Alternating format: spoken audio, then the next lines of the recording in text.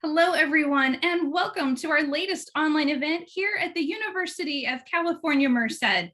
Thank you so much for joining us this evening. We are thrilled to have you while we spotlight the School of Engineering here at UC Merced. Before we get started, let me give you a couple of quick tips. If you would like to adjust your audio settings, you can do so in the lower left corner of your screen by clicking the audio settings button and making those changes as needed. If you would like to adjust the size of your window, you can do so by clicking View Options in the upper portion of your screen.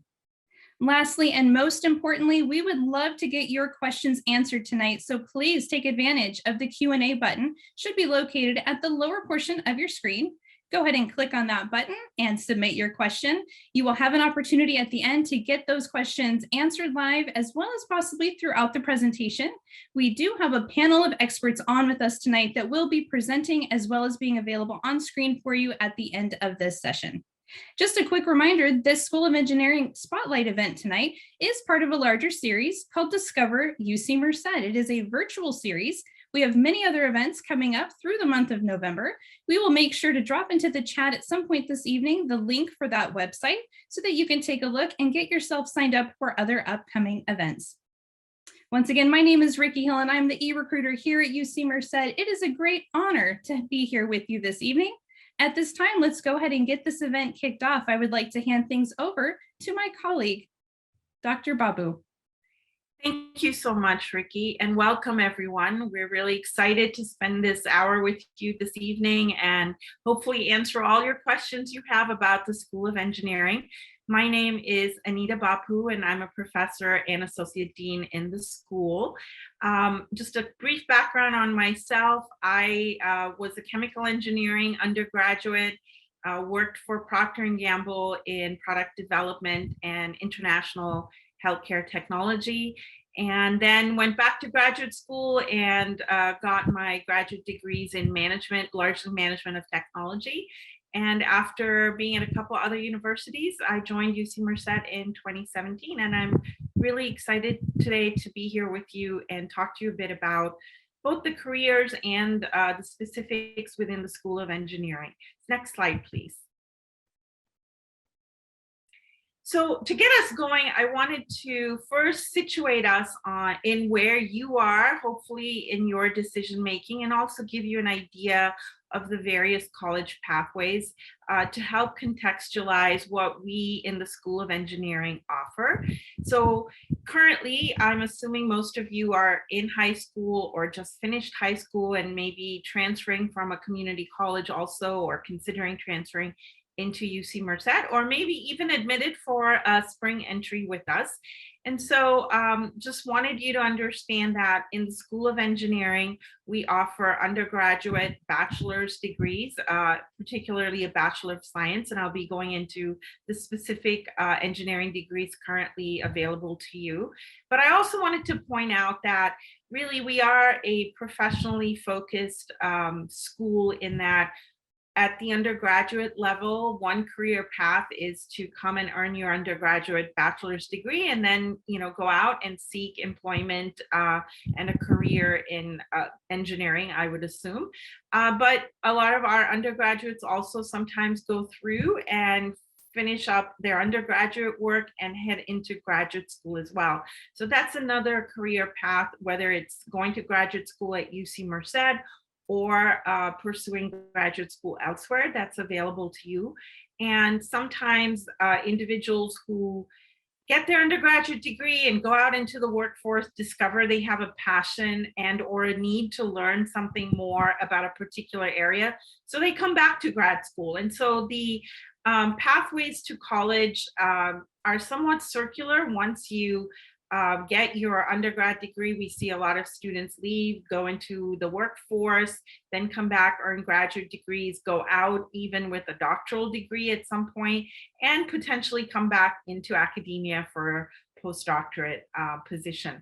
And so when we're talking today, while I'll be focusing in on our undergraduate programs, know that your pathways forward in this career development stage and graduate and undergraduate education are quite extensive, and the decisions you make today open doors to other things tomorrow. And so with that, next slide, please. What I wanted to highlight is that for many people, thinking about going to college is an expensive option. It was for my family. I'm an immigrant. I moved to the United States as an immigrant when I was 14. I don't come from a privileged background. And so the cost of college was something that was very real for both me and my parents. And one of the things that I want to emphasize here with the data that I have on the slide, which are from the Bureau of Labor Statistics, this is last year's calendar year's data, is that a college education truly is a great return on investment. There is tons of data out there to showcase this, but what we know is that each degree that you earn, each step on your educational pathway is reflected in higher earnings over your lifetime. And that's something for you to consider when you're thinking about whether it's worth the financial commitment and investment that you and your parents are making for you to come to college. And know that for many people, even in graduate education, what they're giving up is current earnings today as opposed to going to school. And so think of it in that context as well. Beyond just the ROI or return on investment on a general college degree, what I wanted to highlight today is that engineering and engineers in particular have great return on investment. It is a field, a career that is financially very lucrative, and that engineers earn very respectable and I would say stable incomes, and that provides for a really good quality of life. And the important part here too is that the median annual incomes I'm projecting for engineers, this is just a flavor of some of the different positions out there.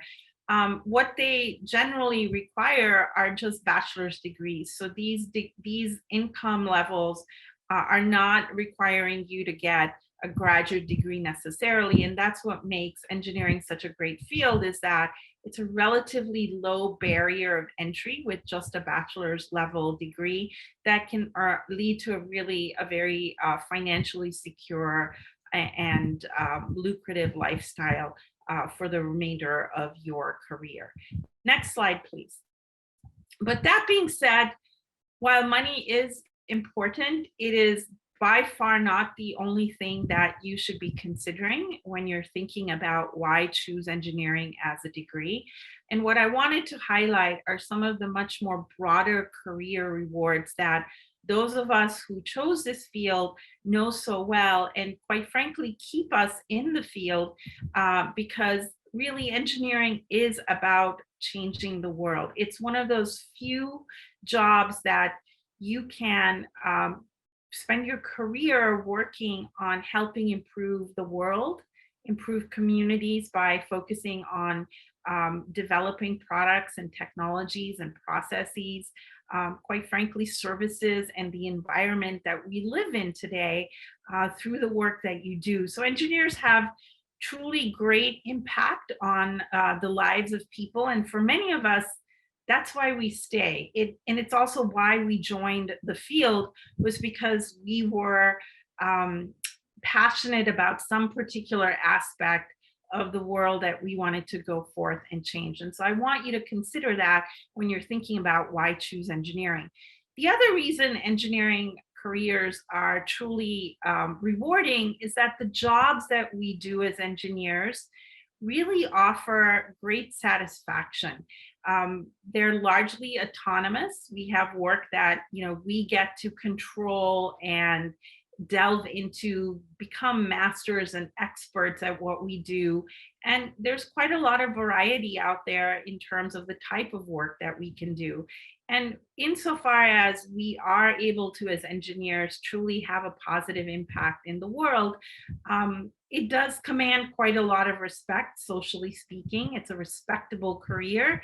And importantly, it's a career full of purpose. And for the long haul, when you think about your life's work, it's a great place to invest with respect to your educational choices. And as I mentioned before, job security is definitely something that engineers enjoy.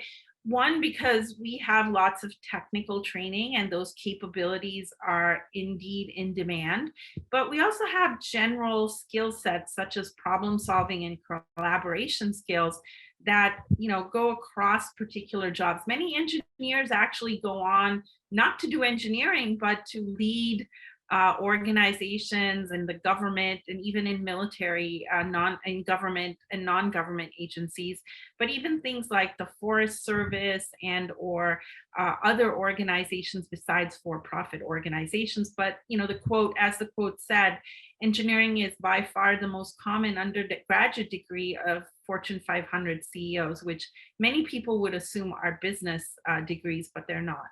Next slide, please. So I'm going to dig deeper a little bit now about what we offer in the School of Engineering at UC Merced, because you can get an engineering degree at a lot of places, but I want to focus in on what is special about our school and why we want you to consider us as one of your top choices, if not the choice, as far as coming for your undergrad and or your graduate work. So next slide, please. So just to kind of give you a high level view of the School of Engineering, we were one of the original schools that was established in 2005 when UC Merced was first started. And currently this fall, we have just under 2,400 undergraduate students in the school. And that represents a significant portion of the students on campus, and we're growing at the fastest rate of the three schools currently at UC Merced. Across the various ranks of professors, research, teaching, even part-time lecturers, we have currently 86 professors that are highlighted on the website, so it gives you a sense of the faculty across 7 departments and growing without a doubt. And until recently, we were situated in about 3 buildings on campus. And when I say in about, we are spread across a complex of buildings, but we had 2 brand new buildings come on board this past fall. And so now we are spread over 5 really state-of-the-art buildings on campus. As you might already know, UC Merced being a new campus, our buildings are quite well equipped, but also very sustainable in our footprint. Next slide, please. So with respect to the degrees that we currently offer at UC Merced, we offer 6 undergraduate degrees, and it's quite likely that in fall 2023, we will have a couple more degrees come online, one being electrical engineering, the other being chemical engineering. And then the department that I actually chair, the management of complex systems, has 2 additional undergraduate degrees. They're not engineering degrees per se, but one's in data science and the other will be in climate sustainability and justice. So just to give you a sense of what you have currently available to you, the 6 degrees that we offer are on the screen. And I'm going to just spend a few minutes trying to highlight what's different about them. They're all engineering degrees. You're all going to be taking a common set of general and prerequisite courses coming into these degrees. But when you think of bio-E or bioengineering, what we're talking about within those degrees are both research and teaching focused on biomedical equipment and devices, and that research and occupations are largely focused on biological systems of humans and animals. And so this is a degree that if you were listening to the news, there was an announcement, I believe it was yesterday, with the Governor Newsom, that we're going to be receiving funding for our medical degrees that are going to start to come live on campus in the next few years. And bio-E is very much a part of the medical education plans, because the type of equipment and or the type of devices that are needed to deliver cutting edge medicine today are often developed by bioengineers. So that gives you an idea of bioengineering. When we think about environmental engineering as a different degree, here we're focused within the discipline on looking at facilities, both industrial and municipal, that are involved with managing our various water, natural resources. So think about water, but even think about footprints like the industrial operations needing compliance and controls. And so both in terms of jobs and research, we're talking about largely focusing on environmental impacts and the mitigation of those impacts, and making sure that our natural resources are being utilized in a way that I guess efficiently, but also from a sustainability standpoint, are thinking toward future resource management. Civil engineering takes a slightly different look at infrastructure. And here we're talking about transportation, we're talking about even buildings, we're talking about different kinds of construction, design, and materials, both public and private infrastructure needs. And again, jobs and resources and research in that domain. Professor Viney, who's going to speak with you a bit more, is going to do a deep dive on material science and engineering. But I'll just say that that group and that discipline focuses on the raw materials that are used in the other engineering fields and in science and technology in general, that become the building blocks of what we do. And some material science engineers focus on looking at new materials and product development to try to reduce failure of products over time, or even to develop new materials to enable, for example, space exploration. But within the domain of processing and industrial processing in particular, lots of folks are employed in quality assurance types jobs where they're testing products and materials for making sure they meet standards and regulations. Computer science and engineering, which many of you are probably more familiar with, are largely focused on software applications, data security, but also the development of networks and systems, computer-based communication systems, internet-based systems. And so those folks in those degrees often are employed in positions that either are developing these phenomenon and or are facilitating the running and or the application of such systems. And mechanical engineers are probably the closest to operations and processes in the manufacturing environment, and with in particular focus on mechanical systems and thermal devices, looking at both the development of new devices and systems, but also the efficient operations and management of those. Next slide, please. So we've talked a bit about the academic aspects of what we offer at UC Merced, but especially for the parents on the line today, I'd really like to focus in on what I would call the whole person view that we take of student success at UC Merced. So it is important to us that you get a great academic education, training here, that you do well in your coursework. And so with that, we have excellent teachers. Our instructors in the School of Engineering are highly rated by our students. Our courses are not only engaging, but often you have opportunities to engage in research given world-class faculty and centers that we have on campus, but in particular in the School of Engineering. And we focus on both the practice and the theory of engineering. In our curriculum in particular, from a professional development standpoint, we have a lot of project-based learning across the years and the curriculum.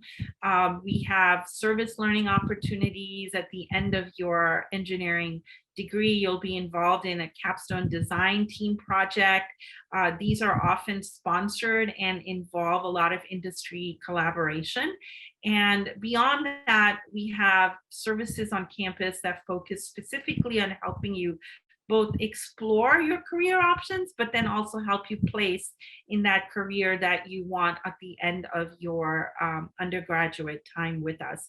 So with that, beyond the academic support and student advising that we offer in the school, there's a lot of learning and tutoring services. But importantly, there's also psychological and physical well-being as a focus on campus. It's a big part of who we are, and we know that with respect to you as a student population, that your needs are much more broad-based and not simply restricted to academia and academics. And so we try to provide for that both in terms of our residence life programming and our student affairs. And when you think about what is one of the key factors in student success is your ability to engage and become part of our community at UC Merced. And so I want to encourage you to explore all the possibilities that you have. But if you are on campus and or going to be on campus once you choose to come to the School of Engineering, to really dive into your community and leadership opportunities, because the networks, the peer relationships, and even the mentoring relationships that you get in those engagement opportunities really propel you forward in academic and professional success. And we have a wide variety, again, of those types of engagement opportunities on campus. Next slide, please. So with respect to engineering, we have quite a few popular student organizations that are professionally focused.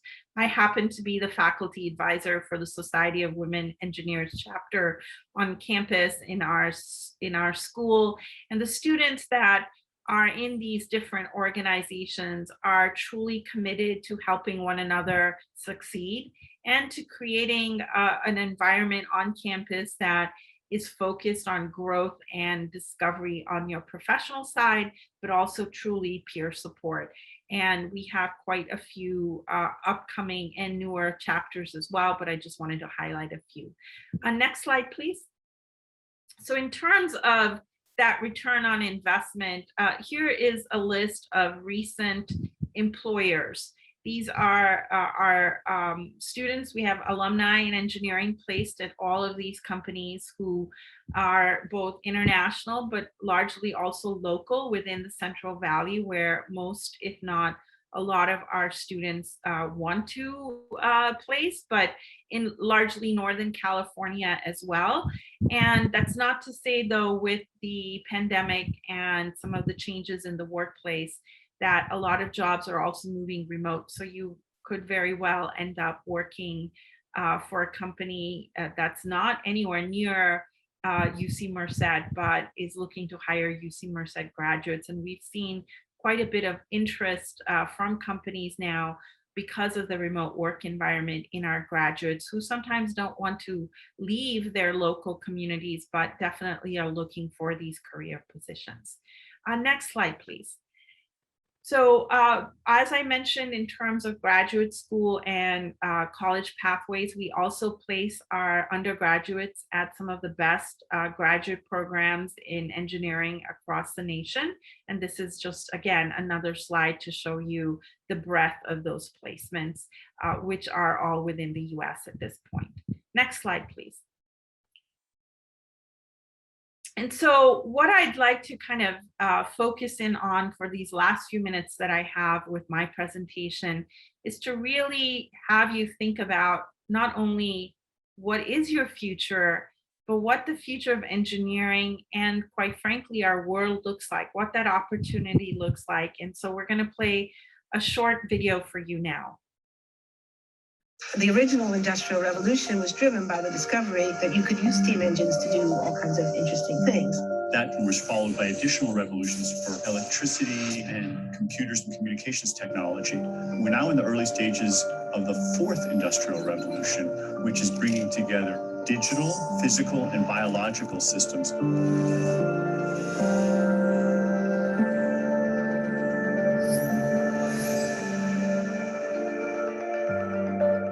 The features of this fourth industrial revolution is that it doesn't change what we are doing, but it changes us. We need a different economic model that will allow us to meet the basic needs of every human on the planet, and that will be focused not on growth per se, but on maximizing human well-being. We have energy technologies that can power our civilization, but how do we get it and implement it at the scale we need at a price that people around the world can afford? If we're able to do something to transform cities, to make them more efficient, then the impact can be huge. We can use asset tracking, we can use IT, we can use 3D printing to decouple growth from the resource constraints we have. The question of adding quality to quantity, it's really about a diverse, safe, healthy, and just world with clean air, clean water, clean energy. Together we're fighting to preserve our fragile climate from irreversible damage and devastation of unthinkable proportions. The prediction of 5 million jobs lost by 2020 to technology is serious, but the main question is, how will we define work? How will we share the wealth? How can you have a doctor that really knows a lot about data? How can you have a biologist that knows about medicine? We have to create a space that enables people to think freely, to think divergent thoughts, to think creative thoughts. We really need new education or new training. We're working with a World in Motion in FIRST Robotics, trying to encourage students from 3rd grade all the way up through the end of high school to pursue science, math, and different technologies. It's this ability of digital technology to change outcomes, to truly empower people that can create a more equitable growth. Fourth industrial revolution has the potential to make inequalities visible and to make them less acceptable in the future. I was the first person in the world to be able to voluntarily move my legs while stepping in a robot. The cure will be possible if enough of the right people have the will to make it happen. We're seeing this incredibly exciting convergence of genome editing, DNA sequencing. Governments have a very important role to play in enabling the safe and effective use of technologies. We need to take responsibility at every level of society to adapt to these technological challenges, which are redefining what it means to be completely embedded in this world. Even though we have everyday problems we have to solve, we have to find a way to lay the foundations for the innovations of tomorrow. And so what I wanted to highlight for you is that if anything about that video piqued your interest, just know that engineers are going to propel the 4th Industrial Revolution. And more importantly, that at UC Merced, this is the perspective that we hold as a campus with respect to what the future looks like, which is it's a just future, it's a sustainable future, and it's a future that's enabled by technology, but it's for people and is positively impacting the planet. And so I highlighted that for you today because as the new Associate Dean for Student Success, you will get to be part of a class that will be offered in fall forward to all incoming engineering freshmen, where you'll get to actually start from your very first semester learning how to conceive of solutions for our world in this 4th Industrial Revolution perspective. And we'll be working on, from that very first semester, your plan and opportunity to innovate around these types of issues. So I hope it excites you, and I look forward to seeing you in that class and meeting you on campus, hopefully soon. And next slide, please. If you have any questions, even after the presentation today, feel free to email me directly. I usually respond within 24 hours. But now what I'd like to do is turn over the mic essentially to Professor Viney, who is one of our engineering professors, and he's going to talk more about one of our degrees. Thank you again. Hello, thank you very much to Professor Bhappu for that. I'm excited, right? It's a very, very exciting presentation. I hope everybody who's joined us is equally excited. Couple of words just to introduce myself here. So my degrees are from the University of Cambridge in the United Kingdom. I am one of the first 8 faculty that UC Merced hired when we started, when faculty came on board here in 2003, and then we opened our doors to students in 2005. My own research interests are interdisciplinary, and you will see that just from that video you saw there, that engineering overall is a very interdisciplinary enterprise. I have been lucky in terms of where my interests in materials science and engineering have taken me, including, and I've been asked to just mention this, some very unexpected directions. For example, an off-the-grid adventure with a National Geographic TV crew in Zambia, where I was attempting to collect sweat samples from hippopotamuses. I'm a fellow of the Institute of Physics, the Royal Society of Chemistry, and ASM International. That's a materials organization, of course. My interests are very much in interdisciplinary education, general education, and science outreach and engineering outreach. And if anybody wants to talk to me about photography or the history of and design of musical instruments, or share some recipes for very spicy cuisine, I also want to talk to you about those. So the first slide which you see here, the bright light is a feature, an architectural feature on one of our science and engineering buildings. And I'm going to tell you something about cool stuff, well, materials, stuff, right? And I'm going to hopefully help you to see why this subject is indeed cool and exciting and interesting. Next, please. So why do materials matter, right? And of course, there's a bit of a pun there because matter, right? Stuff, again, and matter matters. Why? Why is it so important that materials should be studied, and what role do they play? So next, please. This, you see, we've got materials science and engineering right in the middle of a lot of things going on here. Any professor in any discipline, if they're excited about what they do, they will put their subject in the middle of the map and arrange everything else around them. Now, in my case here, I can honestly say that the other engineering disciplines need materials science and engineering, because whether you're a chemical engineer or a mechanical, aerospace, electrical, biomedical, or civil engineer, you've got to make and use stuff, right? You've got equipment and things that you're processing or building or using. And so all of these technologies need stuff, right? And if you're in computing, you've got to build the computer out of something. If you are going to talk about quantum computing, you need materials in which quantum processes can be characterized, in which they can be quantified. And then if you look at the top row of those tiles there, materials science and engineering draws traditionally on both chemistry and physics. That's why I actually studied materials science, because I couldn't decide if to give up chemistry or physics. And the best part of applied chemistry and physics feed into materials science and engineering. And increasingly biology. And you saw in the video how biology is part of this fourth industrial revolution. And in materials, we're learning how to make good stuff based on lessons that we get from nature. My own research is in that area. And even art. I have colleagues who actually do good art simply by looking down microscopes and seeing interesting things and turning those into works of art. But also if you look at art history and materials development go hand in hand. And if you look at the buildings and the works of art and the paintings from many different cultures, there's an interface there with materials science. So I hope you agree that materials do matter. Next, please. So what is materials science and engineering? Next.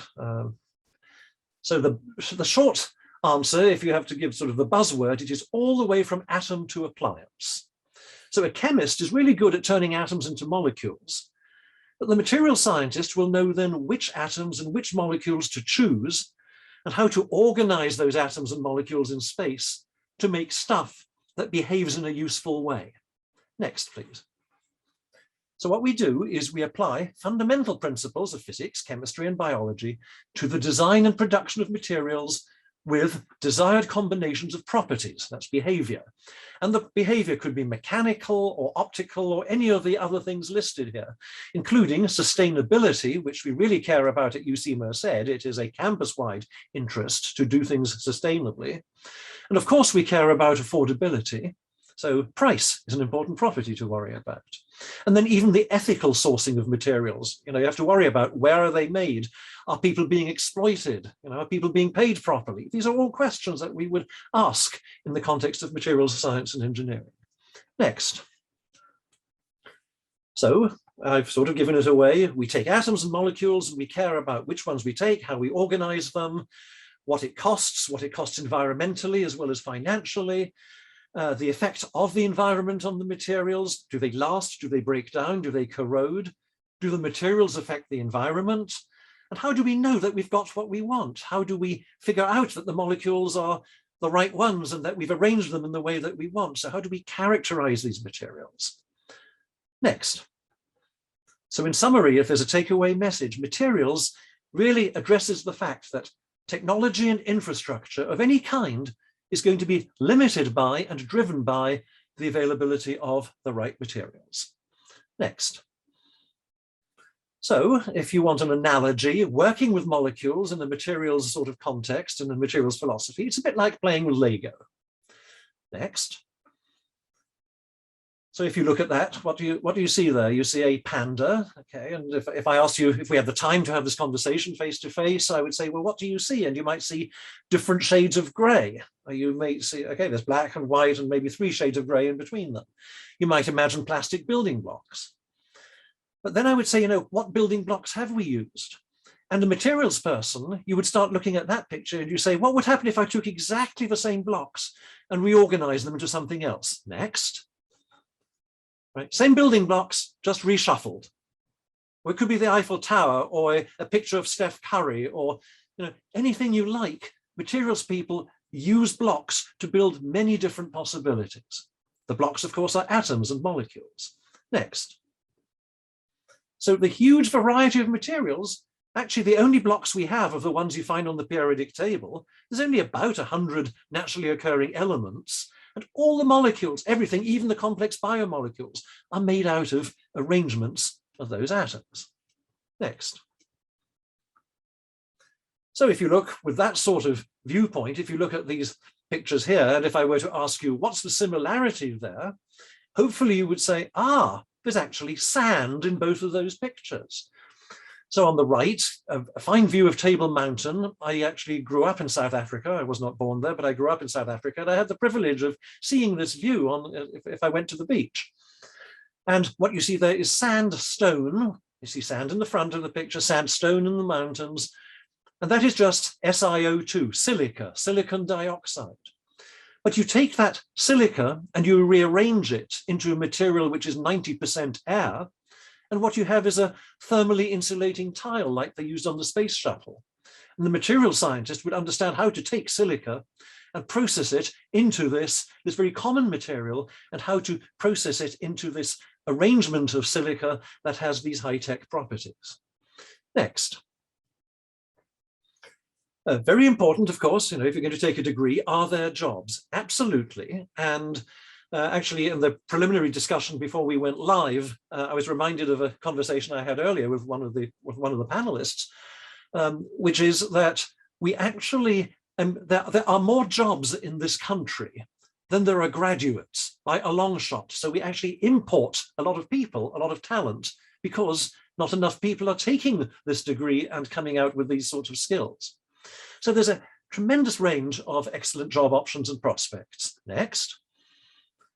So the fields include, realize this is very interdisciplinary. So manufacturing, energy technologies, how do you make a battery? What do you make it out of? How do you store energy?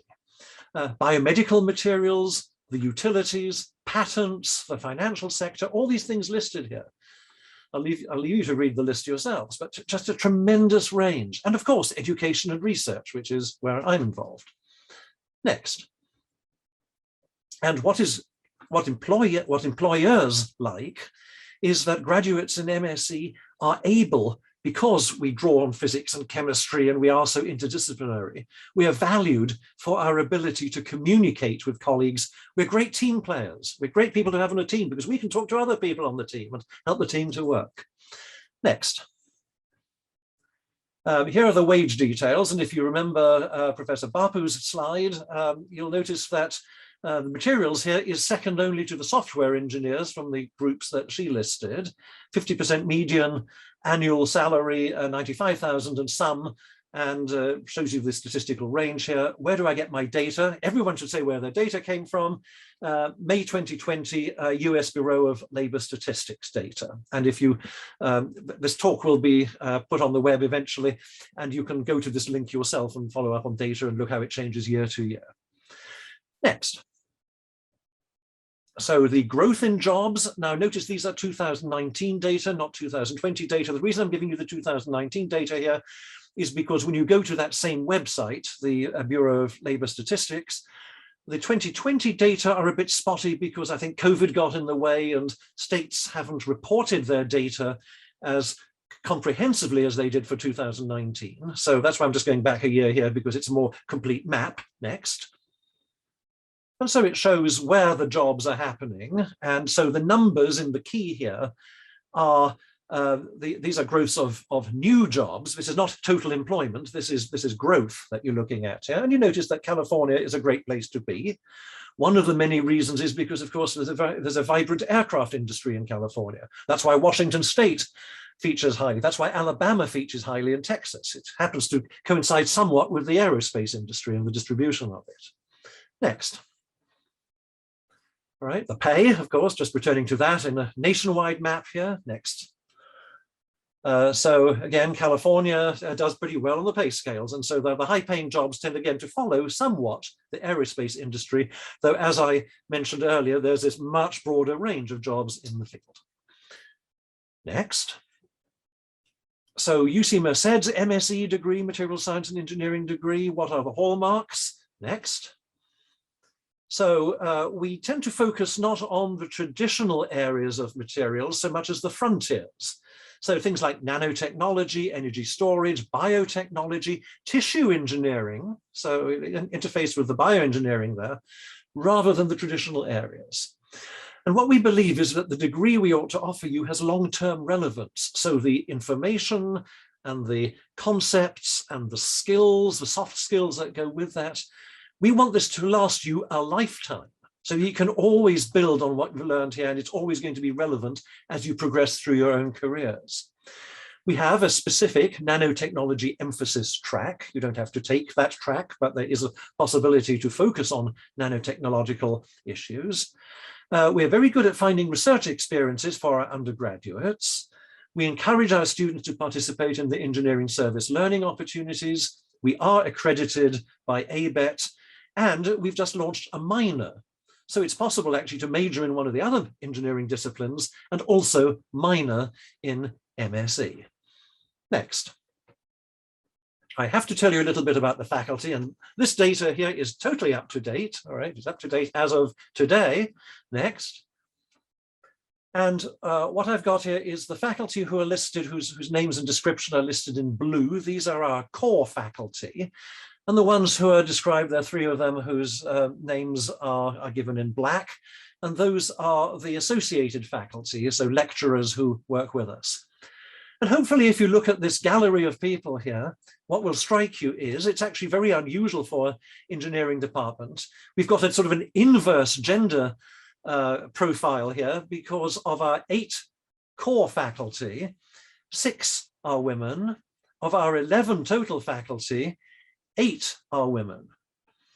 And so, you know, interesting diversity there. I do not think you will find the statistic in any other engineering department in the country. Also, we have some diversity, some global diversity here, 4 different continents represented. So Europe, North America, South America, and Asia. So for South America, I'm counting Professor Andresen, who is from Mexico, and Professor Davila, who is from Peru. Next.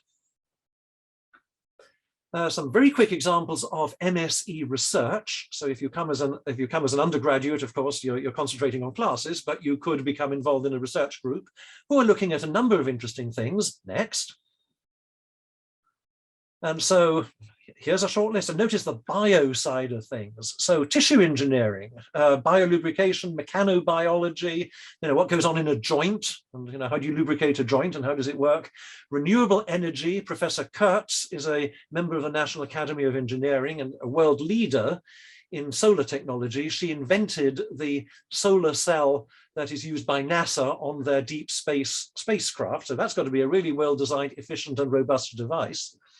Electron microscopy, nanomaterials for all sorts of applications, including nanotechnology and the environment, various sorts of transducers, so small devices that can harvest energy and transduce energy, all sort of 3D nanocarbon devices. Next. And just another long list here, including quantum materials. I mentioned those in one of the introductory slides. Biomimetic materials, that's the learning from nature. Wearable bioelectronics. You can actually make materials that you can design into clothing, where the clothing senses your health from moisture levels and electrical activity in your skin. Your clothes can tell you how you're doing. So it's like a smartwatch, but it's all kind of integrated into your clothing. Metamaterials, what are those? Well, in short, Harry Potter's invisibility cloak, that would have to be a metamaterial to actually work. And you can actually do that sort of thing technologically these days. All right, next. Yes, I went a little bit quickly there at the end because we want to leave time for questions and answers. The reason I put this picture up is because I just want people to realize that you don't have to travel all the way to Yosemite to see Yosemite. This picture shows Clouds Rest and Half Dome and El Capitan and some of the landmarks in Yosemite. I photographed it it was a 20-minute drive from my house here in Merced County. You look in the right place, you can see Yosemite from right here. Okay, thank you so much. And back to Ricky to take it from here. Thank you so much, Professor Viney and Dr. Bhappu, for that great presentation. What we'd like to do now is go ahead and move into that question and answer session. So let's go ahead and ask all of our panelists if you can come back on the screen and also invite a couple of new faces. And so one of those would be our engineering academic advisor. Her name is Pung. If I can have you come on the screen, as well as our students who have joined us, our current Bobcats, both David and Jose. And it would be wonderful if you each could give a little introduction for yourself. Let's start off with our academic advisor, Pung. Hi, my name is Pung Colvin. I'm an advisor for the School of Engineering. I work with students last name M through Q. Great. David, can you do an introduction? Hello, everyone. My name is David Arispe, and I'm a fourth-year computer science and engineering major here at UC Merced, and I'm also a tour guide. Wonderful. Thanks, David. And also, Jose, can you do a little intro? Yeah, so my name is Jose Galvin. I'm currently a fourth-year mechanical engineering major, and I'm a part of SHIP that's my UC Merced involvement. So SHIP is basically the Society of Hispanic Professional Engineers, but now we're just known as SHIP to be more inclusive. Wonderful. Well, thank you so much again to our presenters and our newly joined panelists here with us. Let's go ahead and jump right into our questions here. The first one that I have for you, and I'll just open this up to anyone who wants to give an answer. So the question is, what kind of student are we looking for during that engineering application process? So can anyone kind of give us some tips and tricks on the type of student that we're looking for?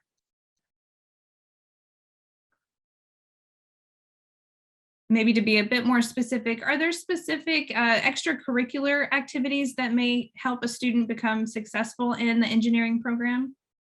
Happy to just provide some insight. I think in general, any type of activity that demonstrates either curiosity and or leadership is great. And more specifically, if you're interested in a particular subdiscipline within engineering, then activities that showcase both technical skill and or experience in those areas would also place you well on a list of prospective applicants. May I just maybe emphasize that the curiosity is very important, and the fact that you like to learn new and interesting and surprising things is important.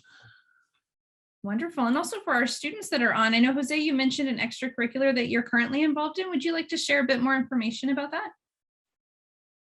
Yeah, of course. So like I mentioned, I'm a part of SHIP, And basically, when I go to the club meetings, it's just really about how to express yourself as an engineer, right? They teach you how to network. They tell you about all the resources that you can take. Because at UC Merced, we have a building called SSB where we're actually allowed to get, professional help in the sense with our resume, with interviews. Because I know a lot for interviewing positions right now. They have you take when you do your interview, you're supposed to use STAR method to actually answer your questions. And at first, you're not really comfortable in answering the STAR method because it's like situation, task, action, result. And whenever I answer an interview question, it's so lengthy and I answer everything. But STAR method is supposed to be short, and I've actually been able to use that resource because of them. And better myself in the interviewing process. And also SHIP is allowing me, we're going to the SHIP National Convention in November. So basically what that convention is for all students, right? It doesn't matter what major you are, mechanical engineering, computer science and engineering, material science and engineering. That convention is where a lot of job opportunities are actually going to arise from, because there's going to be over like 200 companies and over 9,000 students worldwide trying to get an internship. And I'm glad that that organization is giving me the chance to actually portray myself and project my thoughts and I guess my persona.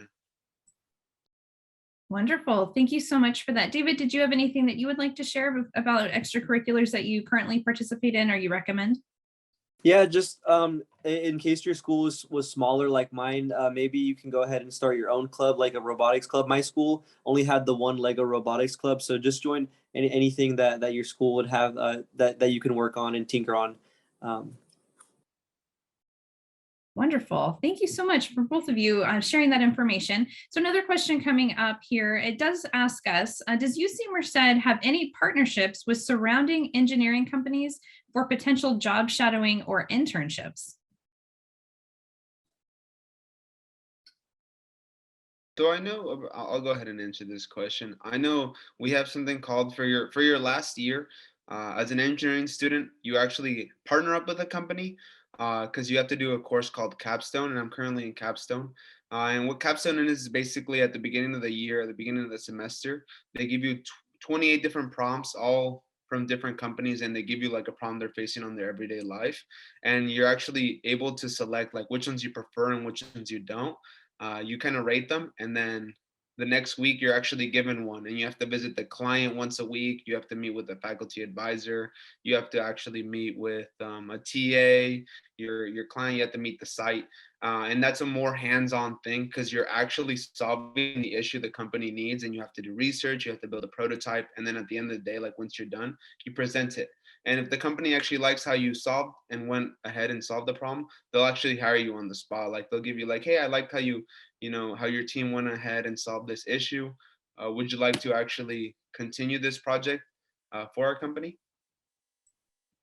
And I was just going to add, thank you, Jose, for that great explanation, is that we are actually focused even now on launching internship and or research experiences for our very younger, so to speak, classmen. So between the freshman and sophomore year and even the sophomore and junior year, really pushing our students to go out and intern or job shadow so that by the time they come back in their senior year and they do capstone, they not only have opportunities coming from their capstone sponsor, but potentially all the other industry and or organizations that they worked with in their other summers. That is amazing. Thank you so much, both of you. So the next question has to do with their academic majors. So specifically with the engineering major, we have someone asking, how easy is it to move from one particular engineering major to another? Maybe I can answer that question. This is Pang. I'm an advisor for the School of Engineering. It is relatively easy, especially if you're within the School of Engineering. Just because of the courses, there are many overlap in the courses, especially for the first 2 years. There's really no obstacle. Just talk to your advisor. We'll be happy to help you with that, as long as you take the appropriate math and science courses. Fantastic, thank you. And I'd like to toss this question over to David. As a student at UC Merced, can you share with us why it is that you picked UC Merced? Sure. So there's a few reasons. So UC Merced, it was actually the local school that was closest to me. So I'm from Patterson, California. So I'm the target demographic for UC Merced, that Central Valley, middle of California students. So I came here so that I'm still close to my family. I can always visit them. I just went last weekend to talk to my little brothers. So I can always visit home. And UC Merced is so new. And I was always used to a smaller campus in a smaller town. So UC Merced was just perfect. I love that everyone was very nice and helpful when I came to the school to visit. I saw the band club and all the band members were really helpful. I sat in a math lecture and I was actually laughing in a math class. So that was something surprising to me. And I actually ended up getting that math professor in one of my math courses. So I've really enjoyed UC Merced thus far. But that's why I chose UC Merced.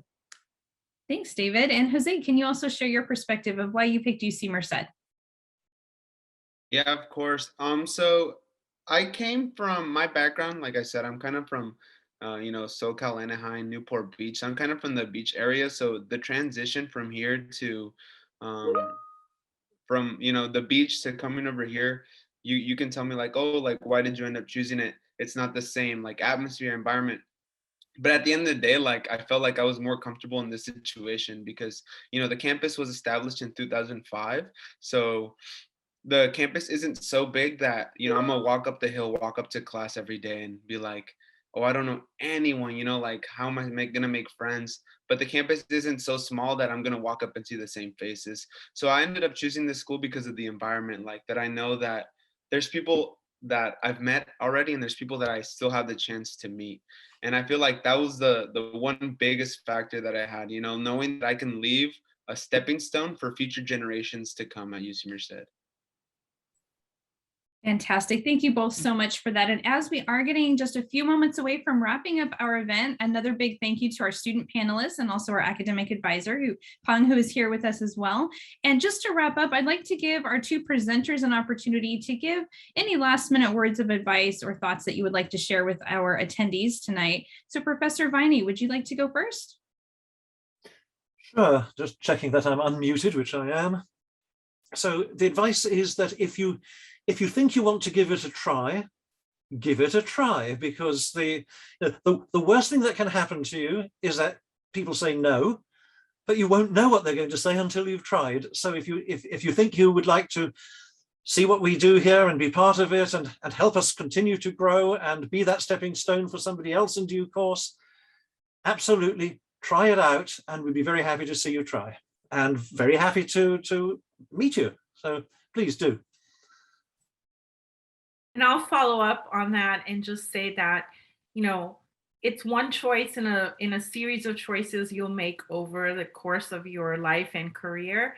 And there's really no wrong choice. And we are a great choice for you to make, in the sense that we're here to support you. I think that we offer a wide range of possibilities in terms of not only your academics, but your sort of professional development and community engagement, and we look forward to seeing you. Fantastic. Thank you all so much. A special thank you to our two great presenters, Dr. Bhappu and Professor Viney this evening. Once again, to our great student panelists. We always love having your perspective available for our audience here. So thank you to David and to Jose, as well as our academic advisor, Pang. Thank you so much for joining us as well. And before we do wrap up, let me just offer our audience a quick reminder that tonight's event, that was a spotlight on the School of Engineering, we do have other events similar that are coming up through the month of November. It is called Discover UC Merced, a virtual series. And go ahead and take a look at the link that we'll be dropping in the chat box for you. It is a website that gives you the opportunity to register for other upcoming events. Just a couple to let you know of. We did have one last night for the School of Social Science, Humanities, and Arts, which will be available on YouTube in just a couple of days. The one that you watched this evening for the School of Engineering will also be available in a few nights. And lastly, we do have one for the School of Natural Sciences that is coming up tomorrow evening. Another Another couple that will be coming up that you can check out on the website have to do with the admission application. We have a lot of workshops to help you step by step go through that admission application, and keep in mind the submission period is November the 1st through November 30th is the deadline. So make sure that you do take a look and get registered for one of those. Once again, thank you so much for joining us. This has been a great event, and we are so grateful for you to take some time out of your evening. On behalf of everyone that's been on this event, as well as all my colleagues at UC Merced on campus, we thank you so much for joining us. Have a wonderful night.